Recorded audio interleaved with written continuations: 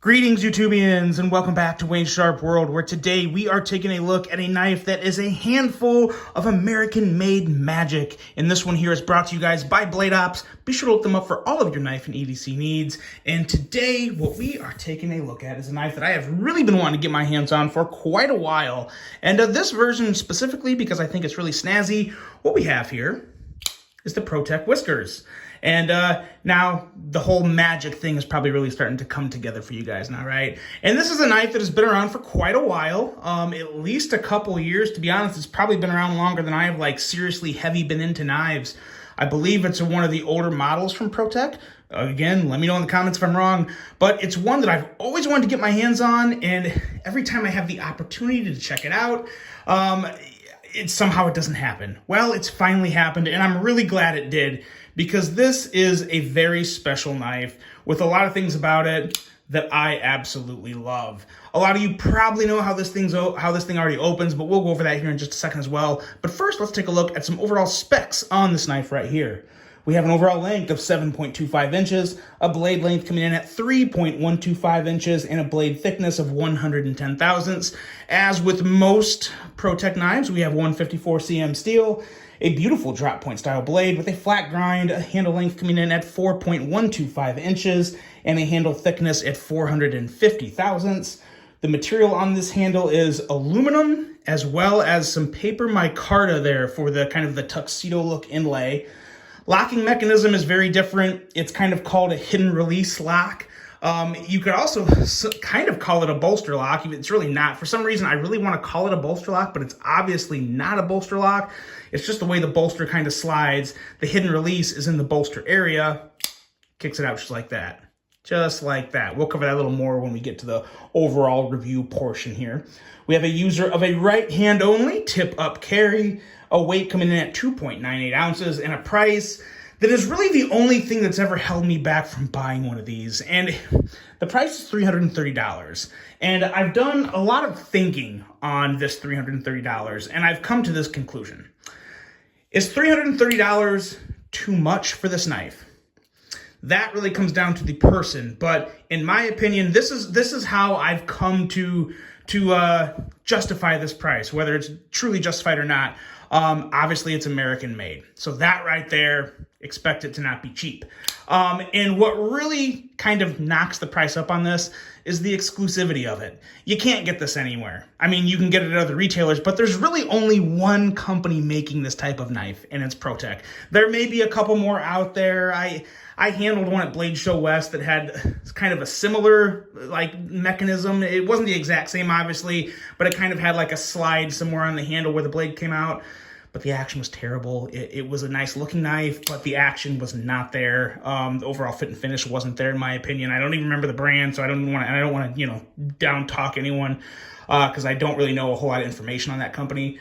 But this is the only company that really makes this style of lock and does a damn good job of it. So ProTech is really the only brand you can get it from. So they have that on their back to where they can bump the price up. And I don't know. I do struggle with the $330. I'm not trying to justify it. I guess I'm trying to explain it, I guess is the better way.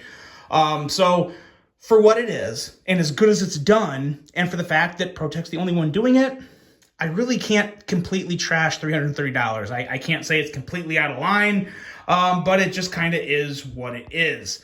Going on from the price and moving into some size comparisons here, because this is a very, very nice EDC size knife for a lot of people. We'll keep it fully American made today and take a look at some that come close to it in the American made territory.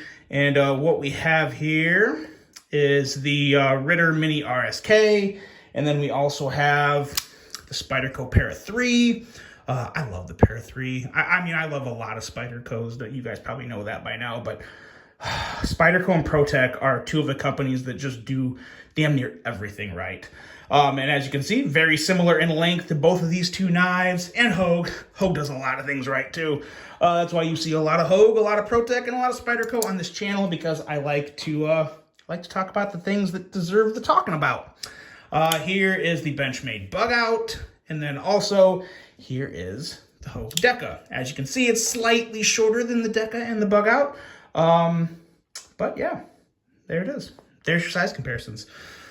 And now let's talk about the stinking knife, because I really wasn't sure about this. I've been wanting to check one out for a very, very long time, and there's a lot of things I really like about it, and there's one thing that I don't exactly, there's actually two things that I really don't love about this knife.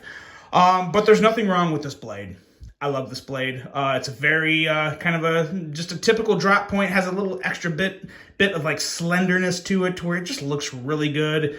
Kind of a classy, elegant drop point. Works really well with the handle, and it's just done really well. Got a nice swedge, a high enough flat grind to where, you know, it's a very nice EDC blade. Gonna work pretty well for just about anybody.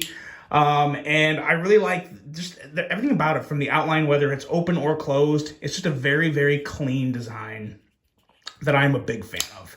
Now going into the handle, that's where truly all the good stuff is. The things that really make this the Magic Whiskers. And I'm calling it the Magic Whiskers. You see it listed on some sites as the ProTech Magic. And other places has it listed as the ProTech Whiskers. So I'm just going to call it the ProTech Magic Whiskers and just kind of put those two worlds together. So what we have here on this handle, first of all, I want to address the one thing that really, really irks me about this knife, and that is the pocket clip that's about as long as the handle itself. You know, I've said it before, and I'll say it again, ProTech does just about everything right, but I strongly believe they did this clip very wrong in terms of length. Now, it's fully recessed screws. It's a beautiful format they have, beautiful design. I like the design of the clip. I like everything about the clip except the length. This could literally be like a third shorter, and it would be really nice. I would like to see that clip end about right here. Maybe about like where this dip starts to go down. I'd like to see that be the end of the clip, because it's just way too long as it is. You put this thing in your pocket and you have this long clip just sticking out of your pocket it's noticeable, and it doesn't really, I feel like having a shorter clip would not hurt the ergos at all, and it would look a lot nicer. So again, obviously this is just one man's opinion, but yeah, I really, really don't like the clip on this. It's really the only thing about this knife I don't like. The clip is way too long for me. But going into the rest of the handle, it's very nice. It's kind of a boxy feel.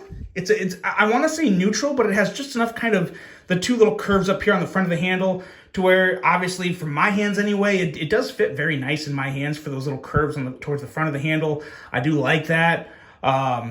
Fills my hand pretty well, even without like contouring. The edges are chamfered very nicely, so it sits in my hand well enough to where I have a very solid grip, not worry about it coming out, and there's no hot spots. So don't have any real huge gripes or knocks, with the exception of that way too long clip there. But the way this locking mechanism works, this is the other thing that I don't really love about it. I love the way it works in general, but you kind of have to pay attention to where you put your finger to open it. Because if you do it here, if you just put your thumb right in the middle and slide it back, it's a slower action. As you saw, the blade was a little slower there, and it kind of sounds muffled. But when you put your thumb on the front corner of the slider here, you get more of a snap, and the blade comes out faster. Now, I understand why that is. Obviously, you're pushing down more when you have your thumb here. So by pushing down, you're kind of slowing the blade down. Like I said, I understand it. I don't like it, though, because, again, $330 price tag. I just don't like having to remember that. I wish however I moved this slider back, it would always sound and feel like that.